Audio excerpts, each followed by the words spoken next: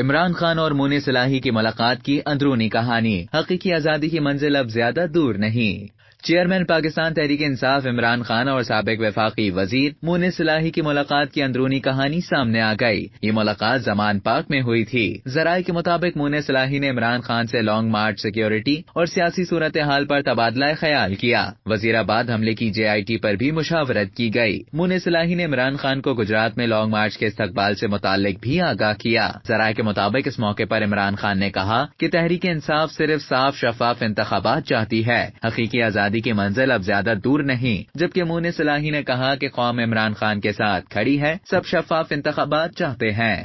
اب تک کے لیے اتنا ہی۔ مزید خبروں اور نیوز اپڈیٹس کے لیے ڈیلی جنگ کے YouTube چینل کو سبسکرائب کریں اور فیس بک کے پیج کو لائک کرنا نہ بھولیں۔